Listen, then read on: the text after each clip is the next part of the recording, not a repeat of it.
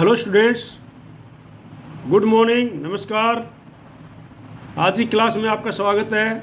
मैं हूं लेक्चरर हरि सिंह और आज आपको मैं पढ़ा रहा हूं आर्टिकल राइटिंग। इंग्लिश का टॉपिक है ये, ग्रामर का।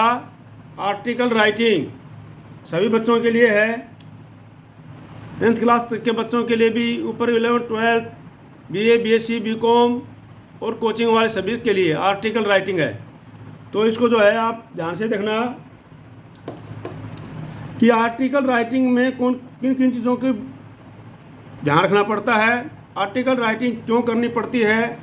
तो ये सब चीज़ों के लिए आप लोगों में अभी आपको बताऊंगा और एक इसका एग्जाम्पल भी आपको मैं दिखाऊंगा। आर्टिकल राइटिंग का एग्जाम्पल भी आपको दिखाऊंगा मैं अभी, ठीक है नहीं। तो देखो अभी ये है आर्टिकल राइटिंग। इसकी ये 5 नंबर का आता है। इसमें मार्किंग स्कीम इसकी इस प्रकार से होती है, ये 5 नंबर का आता है हर एक टेस्ट में, ठीक है। तो उसकी मार्किंग स्कीम इस प्रकार से होती है। फॉर्मेट जो होता है इसका 1 नंबर का होता है, एक 1 मार्क का फॉर्मेट होता है इसमें। और ऑर्गेनाइजेशन ऑफ आइडियाज़, जो आपके मन में उस आर्टिकल के संबंधित जो आइडिया आए हैं, विचार आए हैं, उनको किस प्रकार से आपने ऑर्गेनाइज किया है, किस आइडियाज़ को पहले प्रायोरिटी दी है, किसको बाद में दी है, इस प्रकार से मैं आपको समझाऊंगा किस प्रकार से आपने उसको लिखना है। Organisation of ideas, content 2 number का होता है, ऑर्गेनाइजेशन ऑफ आइडिया 1 नंबर का होता है, कंटेंट 2 नंबर का होता है। और एक्सप्रेशन, जिसके अंदर accuracy of spelling and grammar, ये 1 नंबर की होती है। तो 5 नंबर का ये टॉपिक होता है। तो इसमें ध्यान देखने वाली बातें क्या हैं। Writing an article is a very challenging task for anyone. किसी के लिए भी जो है राइटिंग एन आर्टिकल है, ये काफ़ी चैलेंजिंग टास्क है, क्योंकि इसको लिखने के लिए काफ़ी मेहनत करनी पड़ती है और काफ़ी नॉलेज और ग्रामर की ज़रूरत पड़ती है, वोकैबुलरी की ज़रूरत पड़ती है। It requires a high degree of creativity. इसके लिए क्या है, अच्छी क्रिएटिविटी होनी चाहिए मनुष्य के अंदर। A wide range of vocabulary, एक अच्छी वोकैबुलरी होनी चाहिए। And thorough knowledge of the subject, और जिस सब्जेक्ट के बारे में आप ये आर्टिकल दिख रहे हो उसकी पूरी की पूरी नॉलेज होनी चाहिए आपको, ठीक है। An article is a highly structured and directional piece of writing. ये एक बहुत ही उच्च दर्जे का एक स्ट्रक्चर्ड और डायरेक्शन निर्देशक दिशा देने वाला एक राइटिंग है ये। और ये return for a specific purpose, ये खास विशेष पर्पज़ के लिए लिखा जाता है। That is to inform, to persuade, to entertain और टू कन्विंस द रीडर्स। ये किसी भी रीडर को इंटरटेन करने के लिए, कन्विंस करने के लिए, मनाने के लिए ये जो है लिखा जाता है अपने रीडर्स को। किसी भी पाठकों को जो है कन्विंस करने के लिए, इंटरटेन करने के लिए या उनको मनाने के लिए लिखा जाता है। इट एसेंशियली है several paragraph containing A distinct beginning, middle and and. इसके अंदर जो है पैराग्राफ होते हैं। जैसे सबसे पहले जो है पैराग्राफ होते हैं कंटेनिंग का, उसके अंदर बिगिनिंग, जैसे शुरू किया बिगिनिंग क्या, उसके बाद जो है अच्छी शुरुआत, ठीक है। डिस्टिंक्ट बिगिनिंग मतलब अच्छी शुरुआत होनी चाहिए इसमें। और उसके बाद मिडिल में क्या लिखना है आपने, और फिर एंड भी किस प्रकार से करना है। इस प्रकार से पैराग्राफ होते हैं, इसमें लिखे जाते हैं। तो element of an article, article element कौन कौन से हैं वो देख लेना आप लोग ध्यान से, क्योंकि ये लिखना ज़रूरी है। 100% आता है इसमें, तो याद भी करना ज़रूरी है। तो कौन कौन से एलिमेंट्स होते हैं। पहला होता है टाइटल अब्लिक हेडिंग, जिसको हम बोलते हैं टाइटल या हेडिंग बोलते हैं आर्टिकल का। तो जिस प्रकार से टाइटल होता है, ऊपर लिखा होता है there are no predetermined rules as such, but it may compares a single word, a phrase और a sentence of 4 to 6 word. भाई इसके लिए कोई फिक्स रूल तो नहीं है, लेकिन ये जो हेडिंग हो सकता है एक सिंगल वर्ड का भी हो सकता है, या एक फ्रेज का भी हो सकता है, या एक छोटा सा सेंटेंस जिसके अंदर 4 से 6 वर्ड आएँ। इस प्रकार का हेडिंग ये हो सकता है। अच्छा हेडिंग लिखने के लिए इस प्रकार से हो सकता है। The title should be thought provoking, Kainchi and should highlight the theme. जो टाइटल होना चाहिए ये बहुत ही आकर्षक होना चाहिए, उत्तेजक होना चाहिए, और ये जो थीम है उसको हाईलाइट करने वाला होना चाहिए। हाईलाइट करने वाला मतलब उसको दर्शाने वाला होना चाहिए। इस प्रकार का टाइटल होना चाहिए। अगला है नंबर 2 पॉइंट जो है इसमें, नेम ऑफ द राइटर। जब टाइटल लिख दिया तो उसके नीचे, बिल्कुल टाइटल के नीचे ही राइटर का नेम लिखा जाता है। तो ये है name of writer, science of your article with your name towards the end. ये जो है ये आपका नाम के साथ में लिखा जाता है और आपके नाम को दर्शाता है ये आखिर तक। तो ये जो लिखा जाता है, after naturally the name can come immediately after the heading in the form of A Byline. जैसे जो नेम लिखा जा सकता है वो हेडिंग से बिल्कुल नीचे आ सकता है। वो जो है ऐसे आ सकता है कि बाई उसका फिर उसका नाम लिखा जा सकता है। ठीक है ना, मैं आपको समझाऊंगा जब टाइटल का एग्जांपल दूंगा तो अच्छी तरह आपको समझाऊंगा एक एक चीज़। अगला है description of the topic. Topic का डिस्क्रिप्शन नहीं। पॉइंट नंबर 3 है इंट्रोडक्शन। इंट्रोडक्शन तो इंट्रोडक्शन जो है, keep the topic in perspective, specify it keeping the readers interest intact by the providing some surprising information और interesting facts Ireland to the context. तो जो introduction है वो बहुत ही इंटरेस्टिंग होना चाहिए और वो टॉपिक के बारे में बताने के लिए, ताकि जो है रीडर्स जो है उसको अच्छी तरह से पढ़ सकें। इस प्रकार से जो है उसको इंट्रोडक्शन किया जाता है। उसके बाद आता है डिस्क्रिप्शन। उसका जो वर्णन किया जाता है, जो टॉपिक आप लिख रहे हो उसका वर्णन के बारे में है ये। तो डिस्क्रिप्शन में आएगा आपका description of the topic, highlight various facts of the topic. Topic के जो बिल्कुल तथ्य हैं, फैक्ट्स हैं, उनको हाईलाइट करना है। लाइक द कॉज, जैसे कोई उस के कारण है, किस कारण के जो है वो तो लिखा जा रहा है। आर्टिकल्स एंड अफेक्ट, और उसके क्या क्या अफेक्ट्स हैं। एडवांटेज, उसके क्या क्या फ़ायदे हैं। एंड डिसएडवांटेज, उसके क्या क्या डिसएडवांटेज। जिस टॉपिक के आप लिख रहे हो उसका अफेक्ट क्या होंगे, कॉजेज क्या हैं, अफेक्ट्स क्या हैं, डिसएडवांटेज क्या हैं और एडवांटेज क्या है। मतलब कारण क्या है, प्रभाव क्या है, नुकसान क्या है और फ़ायदे क्या हैं, ये उसमें आपने लिखना है डिस्क्रिप्शन में। ठीक है नहीं। और अगला लिखना है एंडिंग।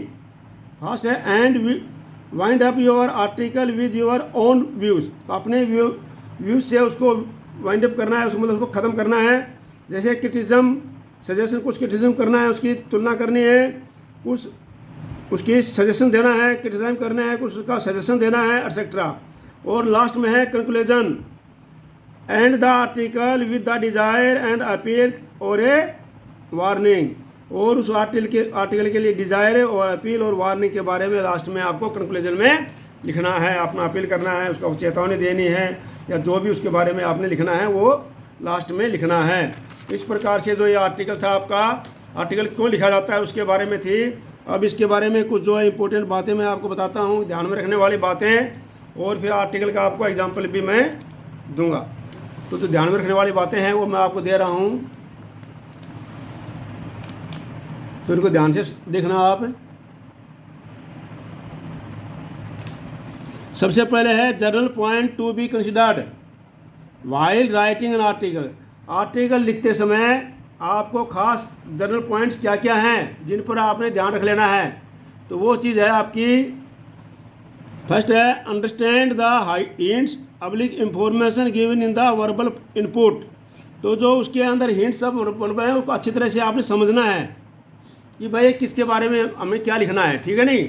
उसके बाद में है arrange all the hints of information in order which you want them to develop. फिर जो है वो हिंट्स हैं आपके, जो इंफॉर्मेशन है उनको ऑर्डर पॉइंट में लिखना है कि पहले क्या लिखना है, बाद में क्या लिखना है, बाद में क्या लिखना है। इस प्रकार से उनको एक उसमें लिखना है। फिर क्या लिखना है आपने, divide your article into several paragraph when necessary. आप अगर ज़रूरी है आर्टिकल आपका बड़ा है तो कई एक पैराग्राफ में उसको डिवाइड करो कि पहले पैराग्राफ में मैं ये लिखूंगा, अगले पैराग्राफ में ये लिखूंगा। All the sentences in the paragraph should logically and to objective for which the article is being written. जिस पैराग्राफ के अंदर जो भी सेंटेंस में जो लिखा जाता है वो क्या होना चाहिए, लॉजिकली होने, तार्किक होना चाहिए, उसके ऊपर कोई तर्क होने चाहिए, बिल्कुल उसको ढंग से लिखा जाना है, ठीक है नहीं। द होल कंपोजिशन, जो सारा का सारा जो आर्टिकल है, रचना है, शुड नॉट बी डिसजॉइंटेड और फ्रेगमेंट। ये जो आपने लिखा है फ्रेगमेंटेड, ये क्या है, रचना जो है छोटे छोटे टुकड़ों में नहीं होनी चाहिए कि कहीं पर कुछ लिख दिया फिर लाइन कुछ और जोड़ दी, उसके बाद कहीं और लाइन जोड़ दिया। ये क्या है, एक जॉइंट तरीके से होना चाहिए ये, ठीक है नहीं। Every sentence should be linked, एक दूसरे का लिंक होना चाहिए, पहले सेंटेंस है उसका दूसरे से लिंक होना चाहिए, ठीक है नहीं। जो दूसरा तीसरा सेंटेंस लिखते हैं उसका दूसरे से लिंक होना चाहिए। ये नहीं कि पहला सेंटेंस लिख दिया फिर कुछ और लिख दिया फिर चौथा सेंटेंस उससे पहले वाले के लिंक कर दिया, ऐसा नहीं होना चाहिए, ठीक है ना।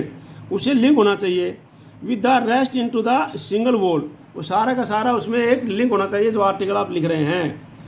The first few sentence temporising the first paragraph should introduce the topic and main idea. आप जो पहला पैराग्राफ लिख रहे हैं उसमें उसको जो है आर्टिकल का टॉपिक और उसका इंट्रोडक्शन दे सकते हैं आप, उसका इंट्रोडक्शन दे सकते हैं आप। The middle paragraph should highlight the main fact of the topic like the cause and effect and advantage and disadvantage. तो जो है जो मिडिल वाला पैराग्राफ है उसमें आप ले सकते हो उस टॉपिक के cause, effect, advantage and disadvantage, ये आप मिडिल पैराग्राफ में लिखना है। The last few sentences comprising the last paragraph should state conclusion और ऑफ द टॉपिक, और जो लास्ट में जो आप पैराग्राफ लिख रहे हो उसमें क्या करना है, आपने उसका कंक्लूजन लिखना है, उसका सारांश लिखना है टॉपिक का। तो इस प्रकार से आपने पैराग्राफ अरेंज करने हैं, यह नहीं कि सारांश तो आपने पहले लिख दिया और बाद में आपको उसको इंट्रोडक्शन कर रहे हो, तो वो सही नहीं होगा, ठीक है नहीं। Language use should always be simple and grammatically correct. जो आप इसमें लैंग्वेज यूज़ कर रहे हैं वो बिल्कुल ही जो है सिंपल होनी चाहिए और ग्रामेटिकली करेक्ट होनी चाहिए। It should be straightforward and to the point, ये बिल्कुल पॉइंट वाइज होना चाहिए और सिंपल लैंग्वेज में होना चाहिए, ये नहीं कि हरेगा जो रीडर उसको पढ़ ना सके, ठीक है नहीं, इस प्रकार से होना चाहिए। और अगला है article are usually written in the third person, और आमतौर पर जो आर्टिकल लिखे जाते हैं वो थर्ड पर्सन में लिखे जाते हैं, तो इस चीज़ का आपने ध्यान रख लेना है। आज अब जो है मैं आपको एक एग्जांपल समझा रहा हूँ आज आर्टिकल का, और उस आर्टिकल को आपने अपनी नोटबुक में उतारना है और इन चीज़ों का ध्यान रखते हुए उस आर्टिकल को आपने 100% नोटबुक में उतारना है अपनी में, ठीक है। ये आपके लिए आज का होमवर्क होगा, तो उस आर्टिकल को आपने 100% नोटबुक में उतारना है।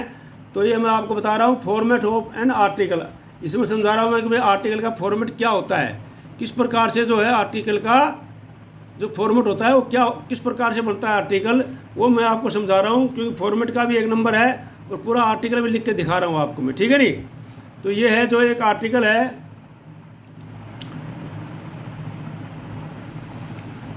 ये है article, format of an article. ये एक उदाहरण दिया हुआ इसमें, इसी प्रकार से आपके एग्जाम में क्वेश्चन में भी आएगा। Right an article for a newspaper in 120 to 150 words on the topic child labour. ध्यान दे लेना, चाइल्ड लेबर ए कर्स, जो है एक चाइल्ड लेबर है, जो बच्चों से जो क्या है मजदूरी कराई जाती है, काम कराया जाता है, ये एक अभिशाप है। ये है आज के आपका टॉपिक, ये क्या है, एक अभिशाप है। तो ये आज आपका टॉपिक है चाइल्ड लेबर ऑफ ए कर्स, ठीक है नहीं, ये आपका जो है कि आज का टॉपिक है, ठीक है। तो अभी इसमें ध्यान रखना, सबसे पहले क्या है आपने लिखा है हेडिंग, तो हेडिंग देखो ऊपर लिखा हुआ है चाइल्ड लेबर ए कर्स, सबसे ऊपर आपने हेडिंग लिखा हुआ है, ये हेडिंग अभी टाइटल जो भी है आपका ये सबसे ऊपर आपने लिखना है, ये आप बोल्ड अक्षर में लिख सकते हो। तो इसको जो है चाइल्ड लेबर ए कर्स, ये आप एक हेडिंग लिखना है, या आप इसमें अगर बाकी काम ब्लू पेन से कर रहे हो तो इसको ब्लैक पेन से कर सकते हो, या बाकी काम ब्लैक पेन से कर सकते हो तो उसको ब्लू पेन से भी कर सकते हो। तो ये आपने हेडिंग लिखना है, उसके ठीक नीचे एक स्पेस दे करके बाई अपना नाम लिखना है, बाई फिर जो राइटर है उसका नाम लिखना है, जैसे इसमें लिखा हुआ है Kuldeep Sharma.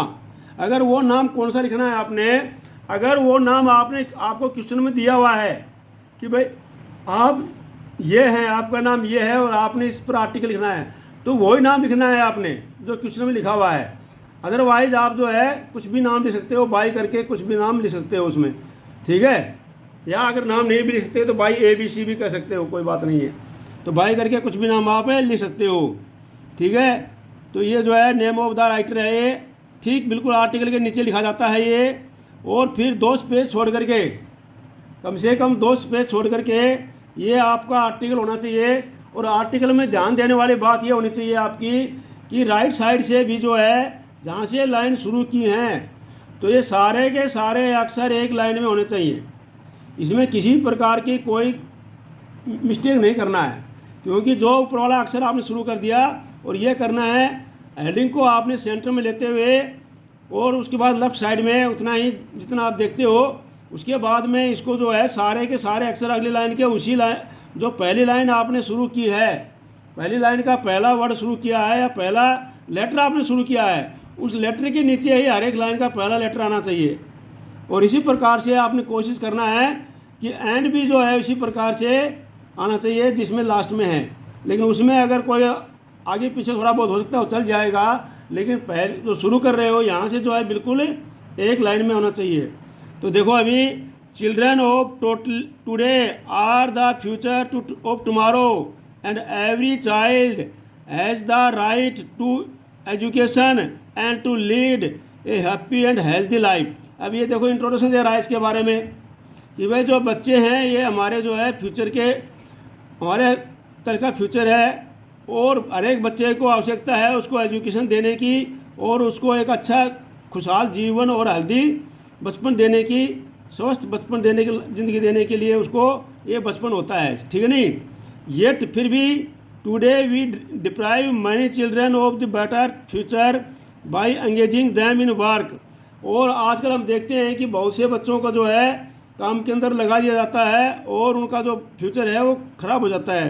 Child labour is one of those menace चीज that have infected the roots of the Indian social order. जो ये चाइल्ड लेबर है ये जो है हमारे लिए जो है इंडियन जो सोशल सामाजिक ऑर्डर है उसकी एक जड़ है जो कि इन्फेक्टेड हो गया, मतलब जो कि हमारे अंदर बहुत ही बीमारी है ये, जो कि हमारे समाज के अंदर घुसी हुई है, ठीक है नहीं। जो चाइल्ड लेबर है हमारे समाज के अंदर एक बीमारी के रूप में फैली हुई है कि भाई बचपन से ही बच्चों को काम पे लगा दिया जाता है। Children from the poor section of the society are forced to leave behind their innocence to earn a living.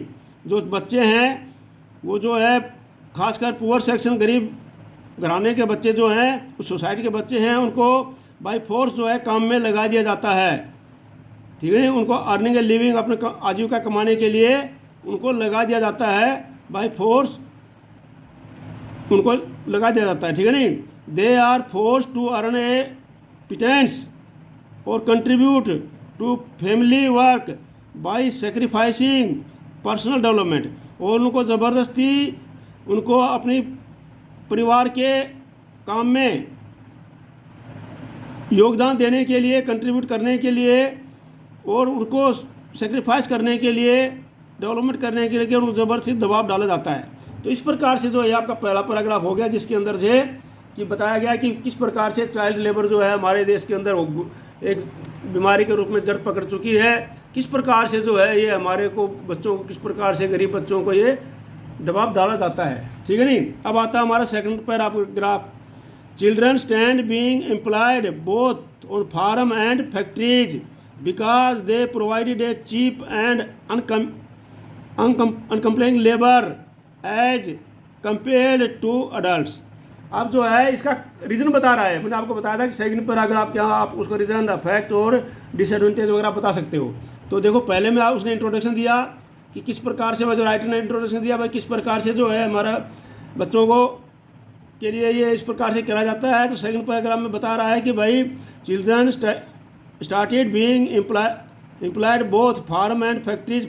Farm और फैक्ट्री के अंदर जो है बच्चों को एम्प्लॉयड किया जाता है, काम पे लगा जाता है। बिकॉज दे प्रोवाइड, किस कारण से, कारण क्या है, they provide a cheap and uncomplaining labour, क्योंकि वो जो है सस्ते होते हैं और किसी प्रकार की कंप्लेन नहीं करते हैं, शिकायत नहीं करते हैं एज कम्पेयर टू अडाल्ट के मुकाबले में।